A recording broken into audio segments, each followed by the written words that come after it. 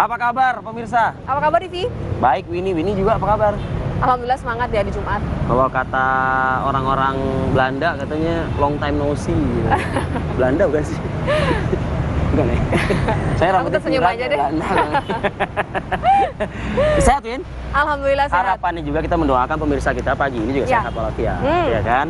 Banyak sekali kabar dari Senin kemarin sampai Jumat hari ini, Divi. Peristiwa pun juga terus tidak ada henti-hentinya yang di semalam Koja Jakarta Utara kan? Iya, rubuhnya gedung olahraga di kawasan Koja, padahal pembangunannya baru sekitar bulan Juli.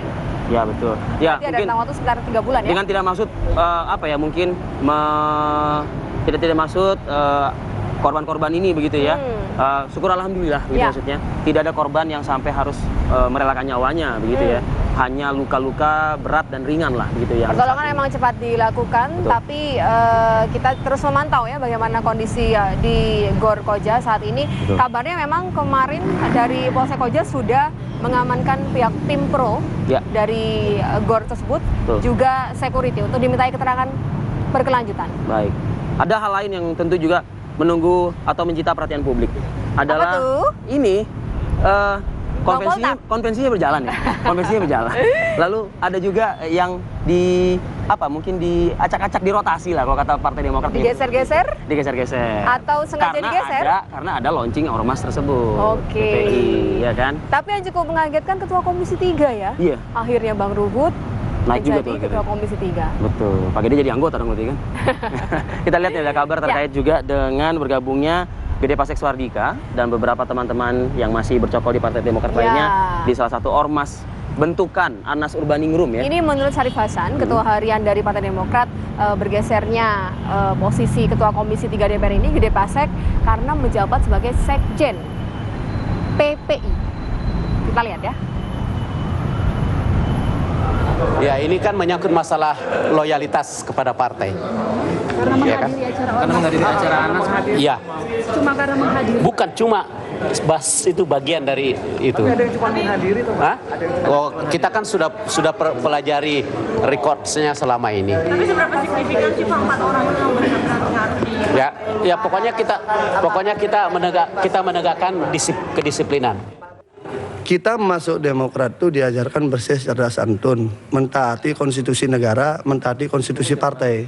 Pertanyaannya, di mana itu dilanggar? Kan itu dulu harus dijelaskan kepada publik. Kalau orang ikut organisasi itu sebuah pelanggaran, harus jelaskan dulu. Banyak sekarang sekjen kami itu aktif di KPPI dan Kadin, nggak ada sanksi. Nah loh, Pak Gede Pasek itu bilang tuh, ya kan? Ya. Di fraksi Partai Demokrat sendiri, anggota itu banyak yang merangkap atau ikut serta dalam ormas-ormas. Tadi disebut tuh Pak Gede tuh, ada HKTI, ya kan? Ada juga Kadin.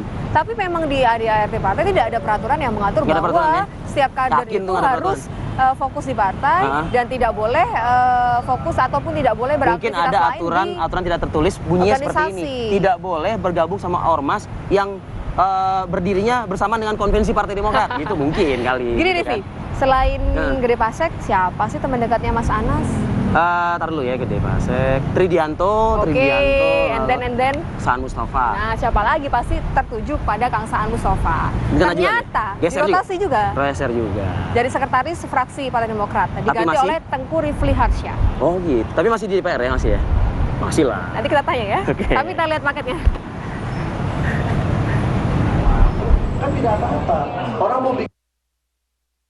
Setelah Gede Pasek digeser dari jabatan Ketua Komisi 3 DPR RI, kini giliran Saan Mustafa yang digeser dari jabatan Sekretaris Fraksi. Syarif Hasan, Ketua Harian Partai Demokrat menyatakan pencopotan Saan Mustafa terkait punishment atau hukuman. Saan dinilai sering tidak disiplin dalam rekam jejaknya. Pencopotan ini kemudian membuat Saan meradang dan menantang Syarif Hasan untuk membuktikan rekam jejaknya sebagai anggota DPR. Lantas benarkah pencopotan Saan dari jabatannya sebagai sekretaris fraksi berkaitan dengan keterlibatannya dalam ormas bentukan Anas Urbaningrum? Dan seperti apa langkah Saan dalam menyikapi pencopotan ini? Langsung aja kita undang ya. Langsung kita mendengar klarifikasi dari Kang Saan Mustafa. Kang Saan Mustafa, selamat pagi Pak. Selamat pagi Kang Saan. Ini kita jumpa di Apa Kabar Indonesia Pagi klarifikasi namanya. Hari Kang, Jumat mau memakai nggak? baju koko, muslan Jumat. Iya. Sekalian ya Kang ya. Sekalian. Enggak, bukan baju, ini Oke, bukan Kang baju Saan di koko. tengah, Bukan Rifki baju di koko. sebelah kanan. Iya, ini bukan Terus baju baju koko. apa dong? Soalnya kalau misalnya baju putih ini dipakai label di sini lalu ada garis-garis di sini, jadi PPI jadinya. Nah, itu ya kan. Oke, Kang. Bener Kang? Informasi di media online dari teman-teman wartawan yang kemarin juga mewawancarai Akang begitu. Ada kalimat keluar seperti itu, Kang. Tolong buktikan kalau memang saya itu dianggap tidak disiplin, tidak loyal seperti itu terhadap Partai Demokrat, terhadap Pak SBY begitu. Tolong dibuktikan. Kalau enggak, saya somasi nih. Benar nggak tuh? Saya ingin klarifikasi dulu pertama soal pergantian. Ya. Saya tidak pernah mempersoalkan pergantian diri saya sebagai Sekretaris fraksi. Oke. Karena pergantian atau rotasi bagi Sudah biasa. saya itu sesuatu yang biasa dan wajar. Oh. Karena tujuannya kan untuk meningkatkan kinerja, memaksimalkan kinerja Betul. di fraksi maupun di komisi, dan ini juga bagian dari sebuah bentuk penyegaran. Betul. Dan buat saya yang sudah menjabat sebagai sekretaris fraksi hampir 3 tahun, tentu saya berterima kasih terhadap partai yang telah memberikan kepercayaan dan amanah kepada saya kan. Ya. Nah, jadi ketika diganti itu sesuatu yang wajar aja. Tapi Jadi saya tidak ada mempersoalkan. yang menurut Kang Saan tuh gini nggak? Kok nggak lazim ya ini digantinya sekarang begitu? Oh enggak, sebenarnya kan proses Lazim-lazim pergantian saja. lazim-lazim aja, itu kan bisa kapan aja. Dan proses rotasi atau pergantian itu kan sebenarnya sudah direncanakan lama. Ya. Tapi begini Kang, Akang kan boleh dong bertanya kan ke fraksi, ke Bu Nur Hayati lah selaku ketua fraksi kan begitu kan. Apa alasannya nih saya diganti? Boleh dong Ya, menanya. saya gini, saya dipanggil sama Ibu Nur diajak bicara. Saya tidak mempertanyakan apa alasannya. Iya, iya. Karena saya juga sangat menghargai dan menghormati bahwa yang namanya DPP ketika mau mengganti itu kan punya pertimbangan, Ya. punya alasan, punya rasionalitas. Kang Saan. Saya menjabat sudah dua Periode. ketua fraksi. Oke. Pak Japar Hapsah, kedua Bu Nur Hayati. Bu Nur Hayati. Jadi itu sesuatu yang Kang Saan, biasa aja. ini kan rame juga pemberitaan di media online bahwa ini merupakan intrik politik ketika kebergabungan Anda bersama dengan organisasinya Mas Anas. Bagaimana pendapat Anda dengan statement seperti itu, Kang Saan? Saya termasuk yang meyakini nggak mungkin Partai Demokrat itu melarang kadernya bergabung dalam sebuah ormas. Kenapa? Karena partai ini didirikan dengan spirit dan semangat demokrasi. Betul. Dan itu kita tegakkan. Misalnya gini, demokratisasi di internal partai itu kan terus dibangun, terus ditumbuhkan. Salah satu contoh misalnya, ketika publik mengkritik tentang demokratisasi internal parpol, Demokrat merespon dengan baik. Contoh rekrutmen pemimpin, capres, dengan kompensi yang melibatkan rakyat. Ini adalah bentuk salah satu demokratisasi di internal Partai Demokrat itu berjalan. Nah, karena semangat dan spirit itu, saya termasuk yang berkeyakinan nggak mungkin partai melarang orang aktif di ormas, apalagi ini ormas bukan ormas terlarang. Iya. Itu satu hal. Oke. Yang kedua, itu tentu Hingga detik bertentangan- ini keyakinan itu masih. sampai detik ini keyakinan itu saya masih. Jadi, Meskipun kalau- nama Saan Mustafa dan Gede Pasek Suardika yang dirotasi begitu. Saya termasuk yang berkeyakinan bahwa pergantian saya itu tidak terkait dengan ormas PPI. Meskipun dua orang itu yang terkait dengan ormas PPI yang akhirnya dirotasi begitu. Waktunya bersamaan loh, Kang Saan tidak gini, jauh berbeda. Ini kan sudah lama sebenarnya. Wacana tentang rotasi itu kan sejak Tapi kan Tapi belum kenapa? launching, kan Ya. belum sejak Februari sudah dilakukan. Jadi saya tidak merasa bahwa pergantian diri saya itu terkait dengan soal PPI. Karena saya meyakini bahwa Atau spirit begini, demokrasi itu. terkait dengan loyalis Anas. Nah, Loyalis saya Anas kan gini. sudah, masyarakat sudah tahu lah siapa-siapa orang yang ada di sekitar Anas. Ini kan begitu bukan soal loyalis atau apa. Saya dengan Anas ini kan soal persahabatan. Udah lama kan? Udah lama. Ini soal persahabatan, soal pertemanan. Saya selalu menyampaikan bahwa yang namanya persahabatan, yang namanya pertemanan, yang namanya soal sisi-sisi kemanusiaan, itu kan melampaui batas-batas politik, melampaui batas-batas apalagi partai kan gitu Ya. kan. Tapi kan kita punya sikap masing-masing Iya. dalam soal Tolong hargai politik. dan tolong hormati juga Iya kan, dong. kita gitu. tidak pernah mau masuk ke ranahnya Anas tidak pernah masuk ke ranahnya saya kan Iya. gitu. Itu saling menghargai. Saya aktif di Demokrat, tidak pernah dipersoalkan sama Anas sampai hari ini ya. Saya tetap Demokrat. Kalau misalnya ada klaim gitu, Anda diklaim gitu kan, Anda tidak maksimal ketika sudah Anas sudah mundur sebagai ketua umum, dizolimi lah pada saat itu masyarakat menyebutnya. Nah, Anda tidak maksimal mengurus fraksi Partai Demokrat atau tidak maksimal di DPP juga. Itu begitu. kan bisa dilihat, bisa di-track aja. Misalnya kalau misalnya saya tidak maksimal, tidak disiplin misalnya, itu kan tinggal di-track aja, di tracking. Pertama bisa misalnya yang paling sederhana aja ukurannya, sederhana itu soal tingkat kehadiran. Ini yang paling mudah paling mudah absen, di 100% ya, itu ya? saya hampir 100% paripurna dan saya tidak pernah nitip absen di komisi. Paripurna, Semua bisa di ini. Itu tanggung jawab sebagai anggota DPR di rapat-rapat. Tanggung jawab saya sebagai anggota DPR yang merupakan representasi dari dapil saya jalankan. Itu bisa di-tracking juga. Aktivitas saya di dapil seperti apa kan itu kan. Sebagai sekretaris fraksi, apakah saya pernah menghambat manajemen di fraksi?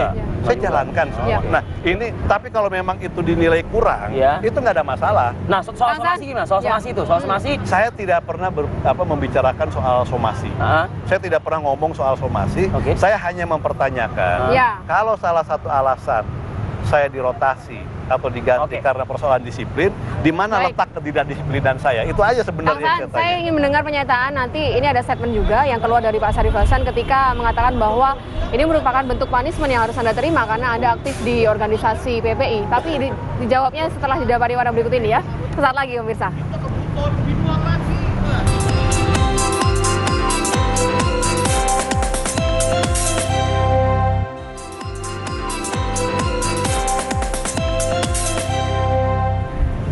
Ini enaknya biar dinamis ya, dialog kita pagi ini nih ada Mas Heri Budianto, komunikasi politik. Komunikasi politik. Selamat pagi Mas Heri. Silakan Mas Heri. Mas Heri tadi nganggung tuh di depan tuh saya perhatiin tuh kan ya.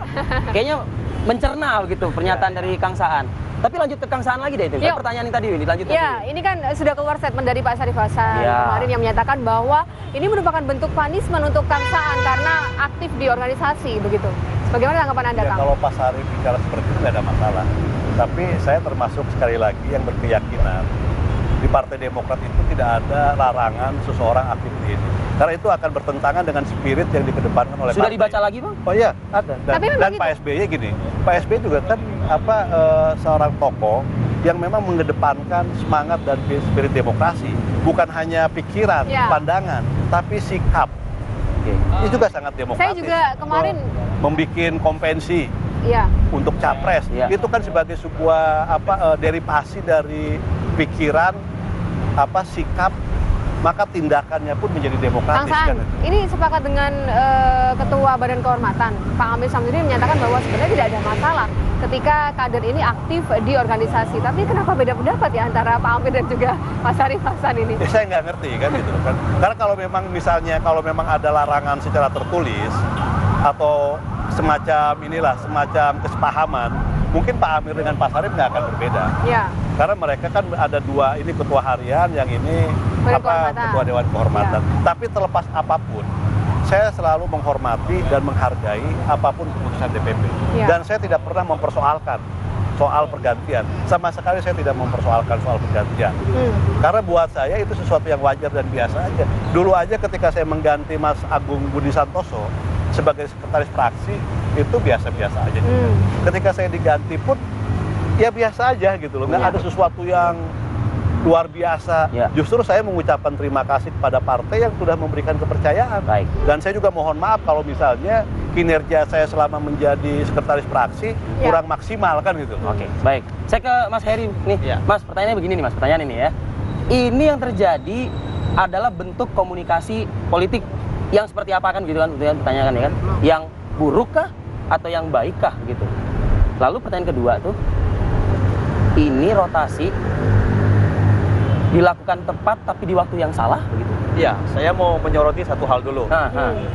Demokrat panik ya dengan hal ini ya, satu hal. Karena saya kira pesan yang disampaikan oleh Anas ya dalam hal ini itu efektif menurut saya dari perspektif komunikasi politik. Kita tahu ya, pada front state Mas Saan hadir, Gede Pasek hadir. Itu kan simbol politik, orang lihat front state bahwa ada apa nih sebenarnya. Yang selama ini digadang-gadangkan bahwa kemudian ada faksi di Partai Demokrat itu terbuka ketika itu. Memang betul tidak ada larangan di Partai Demokrat kader mengikuti ormas, jelas ya. Namun ini kan semua kader di bawah kepemimpinan PSBY sebagai ketua umum kan tidak begitu care dengan Mas Anas ya sejak beliau mundur. Nah, sehingga kita sering dengar loyalis Anas dan lain sebagainya, termasuk salah satunya Kang Saan. Kang Saan kan yang disebut. Nah, saya kira memang saya sependapat bahwa wacana rotasi itu memang sudah lama. Sekarang momentum. Nah, disinilah saya katakan dari perspektif komunikasi politik bahwa Mas Anas sekarang di atas angin, dia memainkan itu. Karena apa? Karena pesan politik kita bisa tahu ketika beliau menyatakan harmonisasi hati dan lain sebagainya itu sebenarnya tujuannya ke elit-elit Demokrat, saya kira. Tujuannya arah sana. Nah, dan ternyata saya kira tsunami politik itu terjadi. Karena apa? Elit-elit Demokrat di bawah kepemimpinan SBY itu bereaksi. Dan saya sependapat Mas Fadil, reaksinya beragam. Ya, masing-masing kader itu beragam reaksinya. Tadi Pak Amir Samsudin berbeda, lalu kemudian Pak Sarif berbeda, Pak Max juga tadi malam di TV One berbeda. Saya kira memang saya ingin mengatakan begini, bukan karena sama-sama talk show sama Kang Saan ya. Ini kader yang baik kalau mengatakan bahwa biasa saja rotasi, tapi publik mencermati ada sesuatu yang luar biasa. Tetap ada sesuatu. Pasti. Karena apa? Sudah terbuka di publik bahwa sekarang orang-orang yang dekat dengan Mas Anas itu dalam situasi seperti ini kemudian minggir kan. Jadi salahnya itu, rotasinya itu dilakukan tidak jauh setelah ormas itu didirikan. Persis. Jadi saya kira begini. Mas Heri ada pertanyaan. Ini berarti kita melihat Partai Demokrat memainkan kriminalisasi demokrasi dong? Dijawabnya nanti ya. Kita harus sudah berikut ini.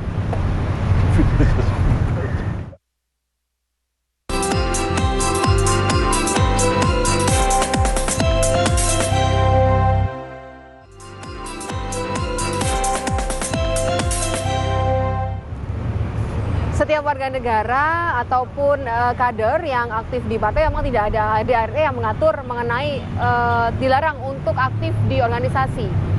Setiap warga negara juga mempunyai hak untuk berkumpul, kemudian berserikat. Mas Heri, Anda melihat Partai Demokrat di sini memainkan kriminalisasi demokrasi? Ya, gini.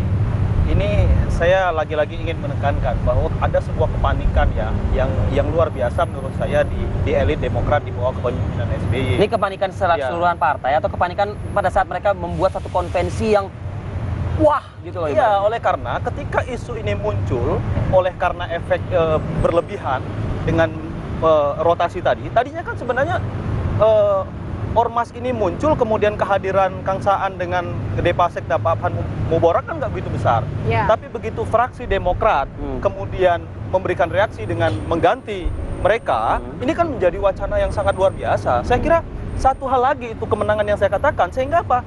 Wacana yang tadinya publik melihat konvensi Partai Demokrat yang menjadi isu-isu utama di berbagai macam media, sekarang tergantikan dengan hal ini. Jadi apa menariknya lagi konvensi gitu loh. Nah ini yang saya ingin katakan. Mas Heri, ada nggak sih sebenarnya kode etik kader dalam suatu partai itu? Iya bisa saja, itu kan internal partai. Namun kan saya kira ini menjadi catatan buat Partai Demokrat. Bukan hanya persoalan ini, saya juga agak menyimpang sedikit soal konvensi ya. Konvensi itu pun juga rule of the game-nya juga nggak jelas. Susah ya kita katakan ya, tidak jelas. Karena apa? Karena salah satunya adalah di dalam anggaran dasar anggaran rumah tangga itu kan disebutkan itu adalah kewenangan majelis tinggi ya, untuk menentukan calon presiden dan wakil presiden. Sekarang kalau pemenang konvensi lalu kemudian majelis tinggi tidak setuju kan itu masalah. Menurut saya Partai Demokrat lagi-lagi bermasalah dengan persoalan rule ini ya, persoalan code of conduct.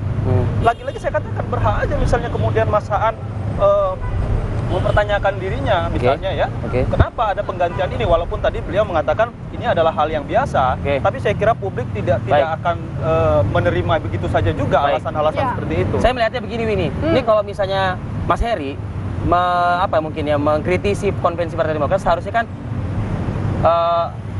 politikus Partai Demokratnya bisa menjawab itu kan? Oh iya. Anda masih politikus Partai Demokrat kan? Oh iya dong. Nah, dijawab dong Kang. Kan Dibela dong partainya Kang. Ini kan kalau soal itu ya, soal kompensi. kita kan melibatkan rakyat lewat survei. Walaupun di konstitusi kita kewenangan untuk capres dan wapres itu adalah di majelis tinggi. Tapi sudah ditegaskan bahwa pertama Pak SBY selaku ketua majelis tinggi itu tidak akan pernah mengintervensi. Tidak akan pernah mengintervensi. Yang namanya komite itu sebuah yang dibantu oleh majelis tinggi itu sifatnya independen. Tapi yakin nggak itu? Dan saya termasuk yang yakin bahwa Pak SBY itu akan menerima apa yang sudah ditetapkan oleh komite konvensi terkait siapa yang menjadi pemenang. Saya kira karena akan dikontrol saya oleh kira publik. begini, Mas Heri. bukan hanya menerima, tapi aturan itu aturan partai. Jangan sampai anggaran dasar dan anggaran rumah tangga ini terabaikan dengan hal-hal Kan ini kan ada ini kan awal ya, awal. Ke depan kan bisa aja yang namanya kompetisi kita itu kan di amandemen. Itu yang namanya konvensi itu masuk dalam sebuah konstitusi partai, anggaran dasar, anggaran rumah tangga. Kan sekarang karena ada konvensi, tapi itu adalah dibangun oleh komitmen kita bersama, terutama Pak SBY yang sudah menegaskan bahwa tidak akan pernah mengintervensi apapun yang menjadi hasil putusan konvensi. Ini kalau kita dengar ya pernyataan Kang Saan pagi ini sebetulnya bukan loyalis Anas, loyalis SBY. Iya kan? Jadi sebetulnya rotasi tersebut itu salah diarahkan ke Kang Saan sepertinya ini ya. Iya kan? Tapi apapun Kang Saan bisa menerima hal itu ya Kang? Iya, saya termasuk yang mengatakan berkali-kali ketika wacana itu disampaikan, saya sampai bosan juga kan menghadapi pertanyaan yang sama. Disiplin Kang Saan sudah membuktikan. Loyalis Kang Saan juga barusan saja membuktikan. Ya itu kan bisa di-tracking. Bisa di-tracking di media bagaimana sikap politik saya terkait dengan soal pemerintah, soal partai, terkait dengan soal kedisiplinan dan sebagainya. Tapi sekali lagi saya tidak pernah mempersoalkan soal rotasi. Itu sesuatu yang biasa dan wajar, dan itu harus diterima dan dihormati oleh siapapun, dan tidak menjadikan kader itu ketika kena rotasi itu menjadi kurang semangat, menjadi tidak maksimal kinerja di DPR. Justru kita harus lebih maksimal lagi di DPR. Dan ikhlas ya Kang? Oh pasti logowo dan ikhlas. Tapi masalahnya elit Demokrat itu menganggap Kang Saan itu loyalis Anas gitu. Itu keluar statement itu. Soal loyalis itu kan yang harus gini. Pak SBY kan sudah mengatakan dalam setiap kesempatan itu tidak ada kubu-kubuan, tidak ada kotak-kotakan. Nah kalau istilah loyalis itu selalu dikedepankan oleh kader Demokrat, itu akan semakin menstigma, itu melakukan proses pembenaran, dan ini harusnya nggak usah digunakan lagi istilah loyalis itu. Mas Heri. Semua loyal sama partai, semua loyal sama pimpinan partai. Tidak ada ini loyalisnya Marzuki Ali, ini loyalisnya Anas Urbaningrum, ini loyalisnya Andi Malarani. Anda dirugikan ya? Bukan dirugikan, karena ini akan membuat semakin menjadi terlembaga. Seakan-akan ya emang benar seperti itu. Padahal Anda membuktikan baru saja bahwa nggak ada saya Partai Demokrat. Oh, saya Partai Demokrat. Saya loyalis Partai Demokrat. Saya berkepentingan bagaimana partai ini besar. Kalau partai ini besar, semua akan ikut besar. Kalau yang besar cuma satu orang, partai belum tentu besar. Saya semua berkomitmen bagaimana Partai Demokrat itu besar dan bisa menjadi pemenang kembali di pemilu 2014 yang akan datang. Baik. Nah, kalau melihat bagaimana sekarang kondisi Partai Demokrat ini, Mas Heri, akankah memang nanti Partai Demokrat ini akan memainkan ataupun menghabisi para loyalis Anas ini? Iya, ini kan sebuah dari bukti. Kacamata Anda masih ada nggak sih siapa-siapa lagi? Iya, saya melihat ini adalah sebuah bukti ya. Selama ini kalau bolehlah tadi Kang Saan mengatakan tidak ada itu semua, tapi panggung politik sangat jelas mengatakan itu. Elit Demokrat terang-terangan loh, bukan lagi sembunyi-sembunyi di depan media tuh.